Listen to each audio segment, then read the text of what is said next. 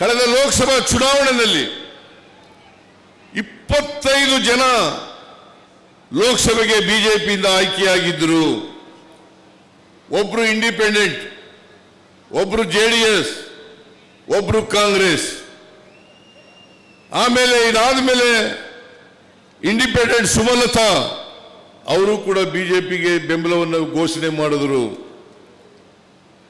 ಈಗ ಪ್ರಜ್ವಲ್ ರೇವಣ್ಣ ಜೆಡಿಎಸ್ನಿಂದ ಗೆದ್ದಿದ್ದವರು ಅವರು ಕೂಡ ಸೇರ್ಕೊಂಡ್ರು.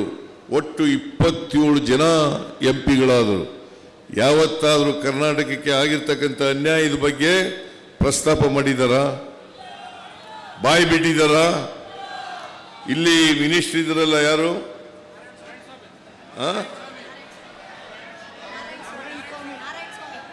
ಇಲ್ಲಿ ಮಿನಿಸ್ಟರ್ ಆಗಿದ್ರಲ್ಲ ಲೋಕಸಭೆಗೆ ಗೆದ್ದು, ನಾರಾಯಣ ಸ್ವಾಮಿ ಯಾವತ್ತಾರು ಬಾಯಿ ಬಿಟ್ಟಿದಾರ?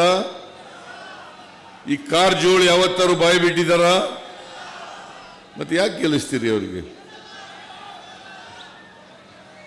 ಕಾರಜೋಳ ಅವರು ಇಲ್ಲಿ ಬಂದಾಗ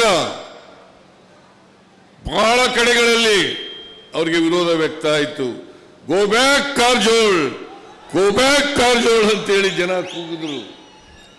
ನೀವು 26ನೇ ತಾರೀಕು ಗೋ ಬ್ಯಾಕ್ ಕಾರಜೋಳ, ನಿಮಗೆ ವೋಟ್ ಹಾಕಲ್ಲ, ಬಿಜೆಪಿಗೆ ವೋಟ್ ಹಾಕಲ್ಲ. ಬಿಜೆಪಿಯ ಪ್ರಧಾನಮಂತ್ರಿ ಇವತ್ತು ಜನರಿಗೆ ಮೋಸ ಮಾಡಿದ್ದಾರೆ. ತೆರಿಗೆ ಹಂಚಿಕೆಯಲ್ಲಿ ಮೋಸ, 15ನೇ ಹಣಕಾಸಿನ ಆಯೋಗ ಶಿಫಾರಸು ಮಾಡಿದ್ದದನ್ನ ಕೊಡದೇ ಇದ್ದದ್ದು ಮೋಸ. ಅಪ್ಪರ್ ಭದ್ರಾಗೆ 5300 ಕೋಟಿ ರೂಪಾಯಿಗಳನ್ನ ಘೋಷಣೆ ಮಾಡಿದರು. ಅಪ್ಪರ್ ಭದ್ರಾಗೆ 5300 ಕೋಟಿ ರೂಪಾಯಿಯನ್ನ ನಿರ್ಮಲಾ ಸೀತಾರಾಮನ್ ಅವರು ಅವರ ಬಜೆಟ್ನಲ್ಲಿ 23-24ರಲ್ಲಿ ಘೋಷಣೆ ಮಾಡಿದರು. ಇಲ್ಲಿ ಬಸವರಾಜ ಬೊಮ್ಮಾಯಿ ಕೂಡ ಅದನ್ನು ಸಮರ್ಥನೆ ಮಾಡಿ ರಾಷ್ಟ್ರೀಯ ಯೋಜನೆಯನ್ನಾಗಿ ಮಾಡಿಸ್ತೇವೆ ಅಂತಕ್ಕಂಥ ಮಾತುಗಳನ್ನು ಹೇಳಿದರು. ಆದರೆ 23-24ರಲ್ಲಿ ಭದ್ರಾ ಯೋಜನೆಗೆ 1 ರೂಪಾಯಿ ಕೊಡಲಿಲ್ಲ. ಭದ್ರಾ ಯೋಜನೆಗೆ 1 ರೂಪಾಯಿ ಕೊಡಲಿಲ್ಲ. ನೀವು ಇವತ್ತು ಯೋಚನೆ ಮಾಡಬೇಕು.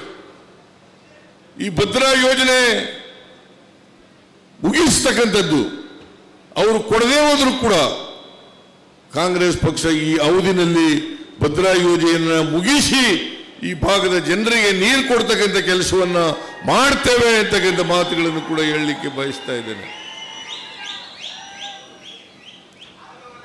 ಚಿತ್ರದುರ್ಗದ MLAಗಳು ಅದನ್ನು ಮಾಡಿಸಲೇಬೇಕು ಅಂತೇಳಿ ಒತ್ತಾಯವನ್ನ ಮಾಡ್ತಾ ಇದ್ದಾರೆ.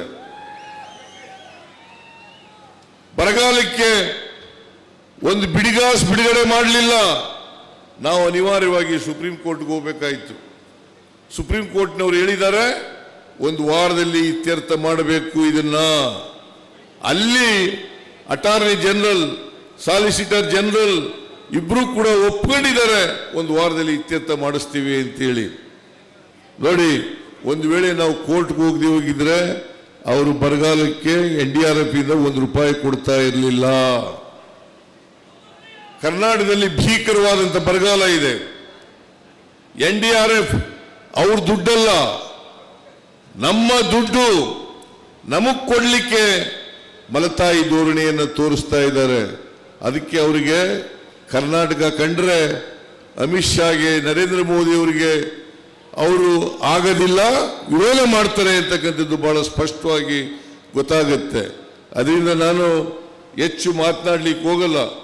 ಪ್ರಿಯಾಂಕ್ ಗಾಂಧಿ ಅವರು ನಿಮ್ಮನ್ನೆಲ್ಲ ಉದ್ದೇಶಿಸಿ ಮಾತನಾಡ್ತಾರೆ. ದಯಮಾಡಿ ಎಲ್ಲರೂ ಕೂಡ ಶಾಂತತೆಯಿಂದ ಕೇಳಬೇಕು ಅಂತಕ್ಕಂಥ ಮಾತುಗಳನ್ನು ಹೇಳಿ, ಕೊನೆಯ ಒಂದು ಮಾತು, ಗೊಲ್ಲರು ಈ ಜಿಲ್ಲೆಯಲ್ಲಿ, ಇಡೀ ರಾಜ್ಯದಲ್ಲಿ ಗೊಲ್ಲರನ್ನ ಎಸ್ಟಿಗೆ ಸೇರಿಸಿ ಅಂತೇಳಿ ನಾನು ಶಿಫಾರಸು ಮಾಡಿದ್ದೆ. ಎಸ್ಟಿಗೆ ಸೇರಿಸಿ ಅಂತೇಳಿ ಶಿಫಾರಸು ಮಾಡಿತ್ತು. ಆದರೆ ಇವತ್ತಿನವರೆಗೆ ಮಾಡಿಲ್ಲ.